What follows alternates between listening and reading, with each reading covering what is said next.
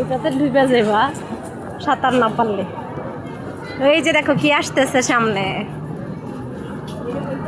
উঠতে পারবি তোরা ওই দিকে। এটা উঠলে এই যে পুরাটা ঘুরায় নিয়ে আসবে। কার সানাবে? ওই যে ওইখানে আছে, সুইমিং পুলের ভিতরে আছে।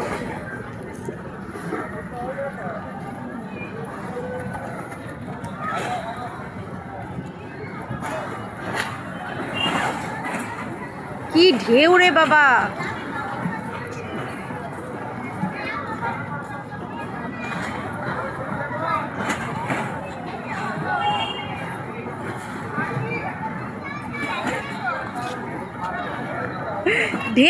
ঢেউটা করার জন্য মনে হয় নিচে কোনো কিছু আছে, মনে হয় কোনো একটা মেশিন আছে মনে হয়।